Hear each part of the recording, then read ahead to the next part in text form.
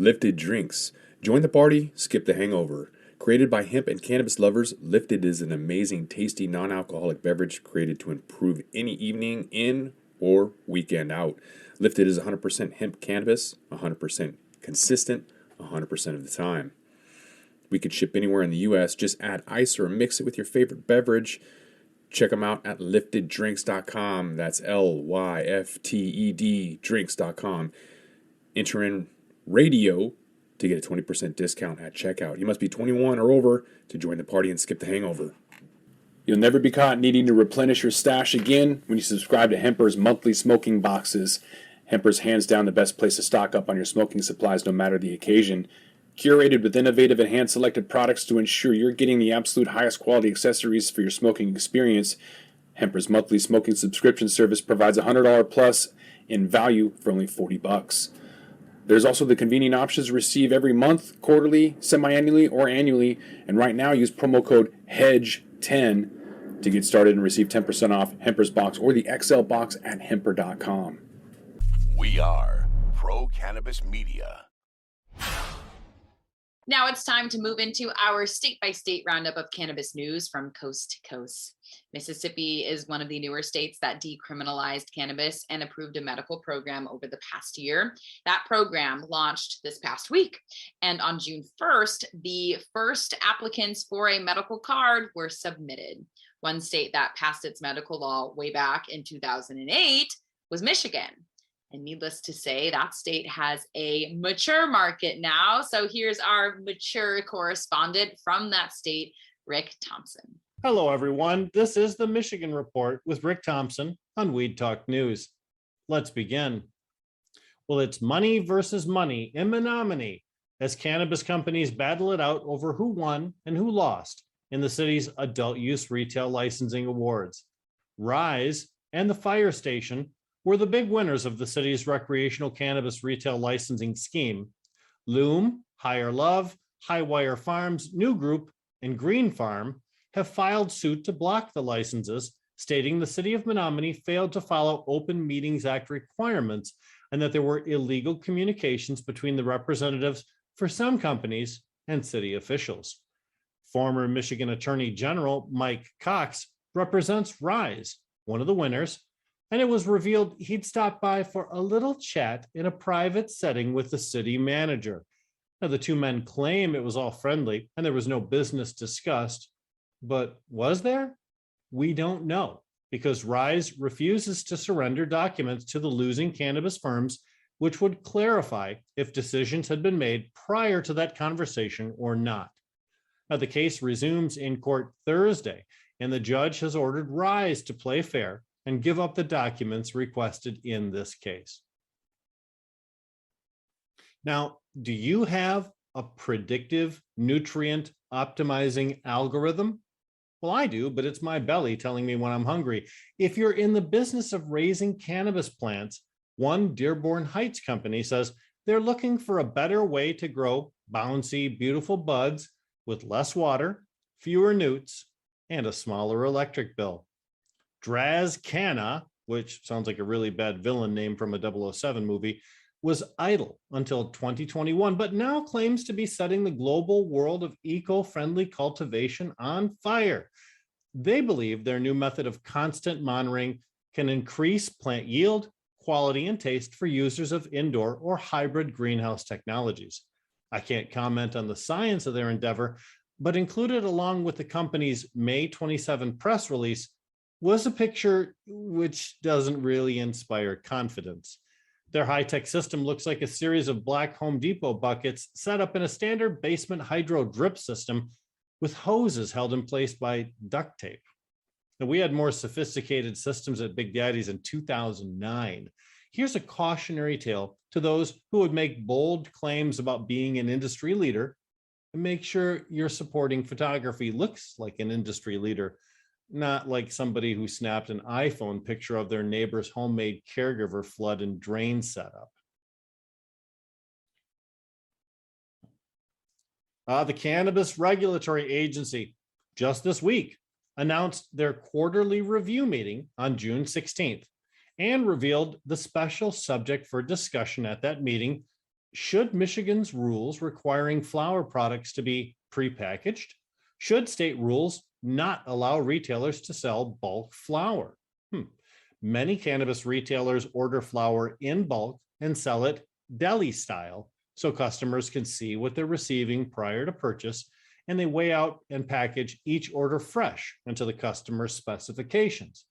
Many cannabis consumers in Michigan refuse to purchase cannabis in prepackaged containers, which means a decision to require prepackaging will drive some back into the unregulated marketplace. Prepackaging is an environmentally unfriendly requirement. It increases the cost of cannabis to the consumer and eliminates the personal choice Michigan's regulated marketplace has so generously offered to date. A survey of internet respondents via social media shows most customers disfavor eliminating bulk flower purchases. Previous sessions of this nature have been held on remediation labeling and conversion oil. The CRA will take comments either in written format or in direct testimony at the meeting itself. Well, the first social consumption lounge open to the public has launched in Kalkushka, a small community in the northern Lower Peninsula. The Kalkushka Lounge is located right next door to The Botanical Company, a cannabis retailer, and was created as a joint venture between BOCO and Real Leaf Solutions, which is a Kalkushka cannabis cultivator. The lounge allows indoor consumption of cannabis and food, both of which are available for delivery from local shops. The lounge is downtown and sits right on the main drag through town. I was invited to a special premiere for the lounge prior to its public opening on June 1st, and it is a fantastic place with a great design and wonderful people. Although the opening of Kalkushka is a win for the principals involved, it's a bigger win for the entire lounge industry, which is a brand new regulated license type in Michigan. In a year filled with firsts, this one really feels like a significant step forward. Congratulations, Kalkushka Lounge. And that's it for the Michigan Report with Rick Thompson on Weed Talk News. Fox News anchor Laura Ingram is one of the loudest conservative voices on that network, and she stirred up quite a flurry of comments after she said that she thinks the recent rash of mass shootings in the US may be tied to the normalization of the legalization of cannabis in many states. Media Matters reports that Ingram said in a segment called "The Unintended Consequences of Normalizing Pot" should be considered a contributing factor to the violence that has rocked our nation. She then cited a New York Times report that the shooter in Uvalde was a cannabis consumer, and that report was later retracted from online edition of the Times. Ingram, though, who is no fan of the Times, believes it was pulled to protect the emerging multi-billion-dollar cannabis industry. So let's go down to Florida to check in with Heather Allman from the Cannabis Law Report. Thank you, Elena. It's time for the weekly Florida Report from We Talk News. I'm Heather Allman from Cannabis Law Report. CanPay has officially expanded its reach to nearly all of Florida's cannabis consumers. On June 2nd, Florida fully adopted CanPay, the largest legitimate payment network for cannabis merchants and consumers. Now the platform is accepted at 95% of the state's medical cannabis treatment centers, and nearly all of Florida's medical cannabis patients can opt to use CanPay at the register. For those unfamiliar, CanPay is an easy-to-use app that allows consumers to pay at retailers with a simple debit from their checking account. CanPay CEO Dustin Ade said, quote, "We're thrilled to be able to offer all of Florida's cannabis consumers fast, free, and safer-than-cash transactions." Years of research have proven that cannabis has powerful anti-anxiety properties. In fact, a study conducted in 2018 by Washington State University and published in the Journal of Affective Disorders found that a single puff of cannabis that is high in CBD and low in THC was enough to reduce depression symptoms. 2 puffs made patients feel less anxious, and after 10 puffs, they were less stressed. But much less is known about the specific ratio of cannabinoids that works best to alleviate anxiety. So how much cannabis is required to help reduce anxiety?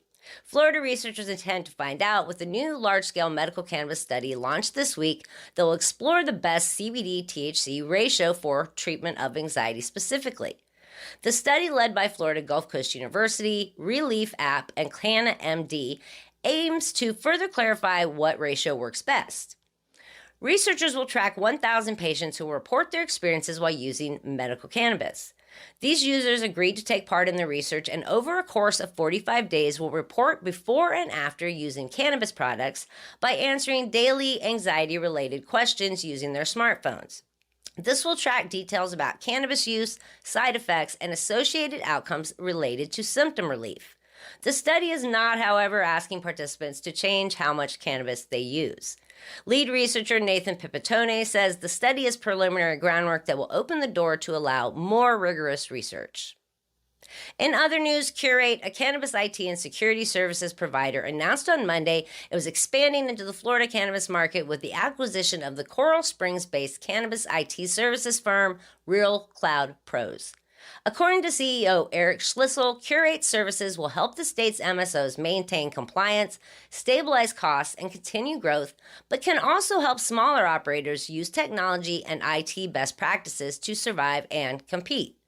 Since 2016, Curate has grown tremendously through strategic acquisition moves and partnerships with leading cannabis tech innovators in both software and hardware.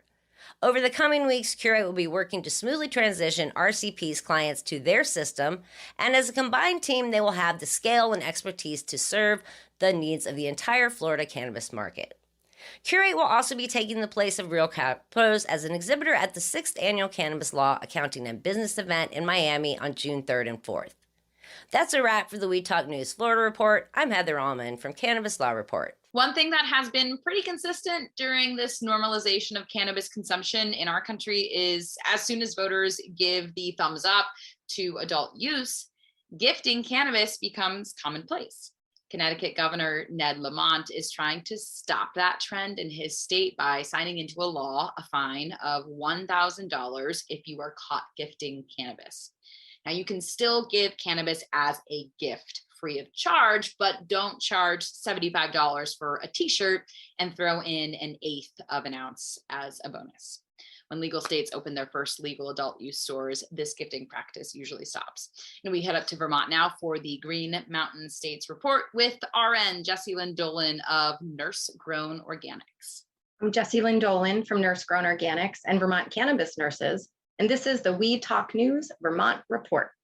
The Vermont Cannabis Control Board approved 7 more outdoor cultivation licenses, voted on a summer meeting schedule, and discussed fire safety with Vermont Division of Fire Safety Regional Manager Landon Wheeler. The board has received 226 license applications. 62 are incomplete, largely due to minor errors. One social equity applicant was denied because while the applicant was convicted many years ago for a cannabis offense, they were not incarcerated as a result of the conviction. Bold decision by the board. Burlington's Burn Gallery is holding a summer bong sale throughout the month of June, so check it out. That's the Vermont Report for Weed Talk News. I'm Vermont's cannabis nurse, Jessie Lynn Dolan. Here in the Bay State of Massachusetts, you will find one of the nation's largest multi-state operators, Curaleaf. That company and 5 other MSOs are pooling their legal evidence to take on the federal cannabis laws. And in the meantime, the state has passed $3 billion in sales. Ron Marshalsea has our Massachusetts Cannabis Report. I'm Ron Marshalsea for We Talk News. This is the Massachusetts Cannabis Report. Cannaprovision's growing facility in Sheffield has a room dedicated to growing 5 different strains of cloned cannabis plants. Cultivation Director Greg Chemdog Shanofsky oversees the cloning process and says it only takes a few weeks for these plants to grow. And for the first time, about 500 of these clones will be available at Cannaprovision's store in Lee the first weekend in June. Shanofsky will be there to help people get started growing at home, and he says if you can grow good vegetables, you can grow just fine flower. Local cannabis testing laboratory MCR Labs has released a new testing suite designed to diagnose microbial issues in plants. With this new service, cultivators can prevent future outbreaks by being able to monitor their grow environment closely for any potential contamination sources, avoiding a full-on outbreak altogether. Jonathan Wenny, MCR's Director of Business Development, was quoted as saying, "It's really a game changer for growers, as microbial outbreaks are not an if, but a when issue. The biggest value for them is identifying the specific species behind the outbreak. Once you know what species you're working with, you can develop a targeted remediation plan that's going to be much more effective than a generic remediative method. These tools are meant to provide cultivators with actionable data on their grow to aid in the production of happy, healthy plants. And finally, Tilt Holdings LLC announced their dispensary Commonwealth Alternative Care will be expanding its home delivery of medical and adult use cannabis starting June 1st. The dispensary to door service started being primarily offered on the South Shore, but is now offered in South Boston, Cambridge, and Quincy, plus the surrounding areas. To serve this greater area, CAC expanded its relationship with Braxton Pistols, a locally woman-owned and veteran-managed social equity cannabis delivery operator. That's this week's Massachusetts Cannabis Report. For Weed Talk News, I'm Ron Marshalsea.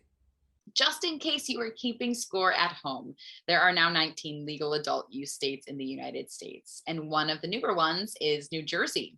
And many of the 18 medical dispensaries that are operating there got the first crack at the new adult use market. Well, it looks like Verano will be upping that total to 19. Jill Goldsberry has our New Jersey report. This week, Jersey City officials have expressed concerns about cannabis distributors in Jersey City. The Jersey City Planning Board approved the application of Cannabis Place 420 Corp. to operate, which will operate an adult use cannabis dispensary at 1544 Kennedy Boulevard, which happens to be in close proximity to three public schools. And despite the concerns of parents and school officials, school trustee Lorenzo Richardson said a dispensary this close to schools is a recipe for disaster. However, under city regulations, a cannabis facility cannot be within 200 feet of a school or playground. Cannabis Place actually happens to be more than 200 feet away. So we'll see how this plays out, because the Board of Education Vice President Gina Bertabello urged the Planning Board to wait to approve. In other news, Massachusetts-based Uma Flowers is making the move to New Jersey. The dispensary has just been approved to open in our Garden State, and they've been awarded a recreational license. And this will be, as I said, located in Morristown, New Jersey. It'll be Morristown's very first dispensary. It'll be located at 102 Ridgedale Avenue. And Uma Flowers, if you do know them from Massachusetts, they're located in Pepperell, and they opened recently in December, founded by two sister-in-laws with a background in the health sector for the past 5 years. So welcome to New Jersey, Uma Flowers. We look forward to visiting you in the near future. I am Jill, and that's the New Jersey Cannabis Report for We Talk News. The first legal state in the nation, Washington State, has always been at the forefront of the cannabis industry, and that might be happening again. Josh Kincaid of the Talking Hedge tells us there is now a manufacturing company out there that has created a pre-roll tube from recycled material. Here's his report this week. I'm Josh Kincaid from the Talking Hedge with the Washington State Cannabis Report for We Talk News. The cannabis industry is dealing with a lot of packaging waste, but a Washington cannabis company is manufacturing pre-rolled doob tubes from recycled material made locally for less than it costs to make overseas. Individual pre-roll joints come in plastic doob tubes that actually aren't recyclable. In California, Oregon, and Colorado, $250 million in doob tubes were sold in just one 12-month period. And so if you think about that spread over the dozens of states that are regulating adult use cannabis and all of the material going into landfills, it gives you a sense of the scope of the problem. To break it down, there are some limiting options available to the biodegradable plastics that are really not priced to be on the market and are outliners.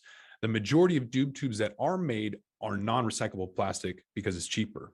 But even those that are made out of recyclable plastic, unfortunately, the recycling machines have openings that allow small items to fall through. So any piece of plastic smaller than 3 inches in size is going into a landfill.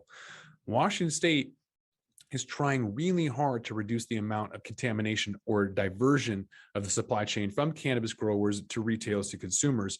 But they weren't thinking about the combined impact of all that packaging going into landfills. The impact is going to be a reduction of single-use plastics, a quick turnaround time with zero waste U.S. manufacturing.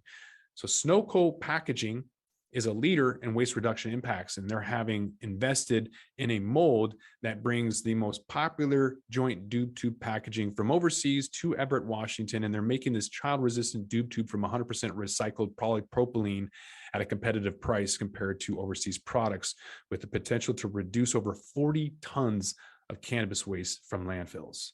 Next week, you guys are going to find out more about Washington State's cannabis scene, but with that, we're going to have to roll up this Washington State Cannabis Report. I'm Josh Kincaid from the Talking Hedge, reporting for We Talk News. Don't forget to like, share, and subscribe, or don't, and I'm out. And finally, tonight, a study on the studies and research of cannabis. That's right. There's a new study published by the Journal of Cannabis Research that is looking at the more than 30,000 research studies on cannabis from 1879 to 2021. Believe it or not, there has been more than $1.5 billion dedicated to that cannabis research. Most of these studies have been conducted by agencies who are looking for dangers of the cannabis plant. In fact, this new study discovered the bias in some of those reports containing the words that are harm associated. Dependence, addictive, forensic, drug, and abuse were used more often than others. So while many of our policymakers are urging more research, the Journal of Cannabis Research wants to be able to conduct those studies without the bias of the substance abuse community. And that'll do it for this week's Weed Talk News. I'm Elena Pinto for Pro Cannabis Media. It's a whole new world of weed out there. Use it and research it responsibly. We'll see you next time. With that, we're going to roll this one up. I'm Josh Kincaid. This is The Talking Hedge. Don't forget to like, share, and subscribe, or don't, and I'm out. Don't forget to smash that like button on your way out and check out these other videos that we've got.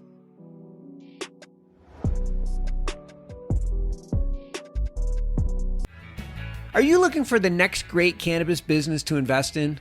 Then you need to check out the MJ Bulls podcast. Hi, I'm Dan Humiston. Join me each week as I speak to both cannabis entrepreneurs who are raising capital and cannabis investors who are investing capital. Our 10-minute episodes are perfect for the busy investor. Start listening to the MJ Bulls podcast today, wherever you listen to podcasts, and who knows, maybe you'll discover the next cannabis unicorn.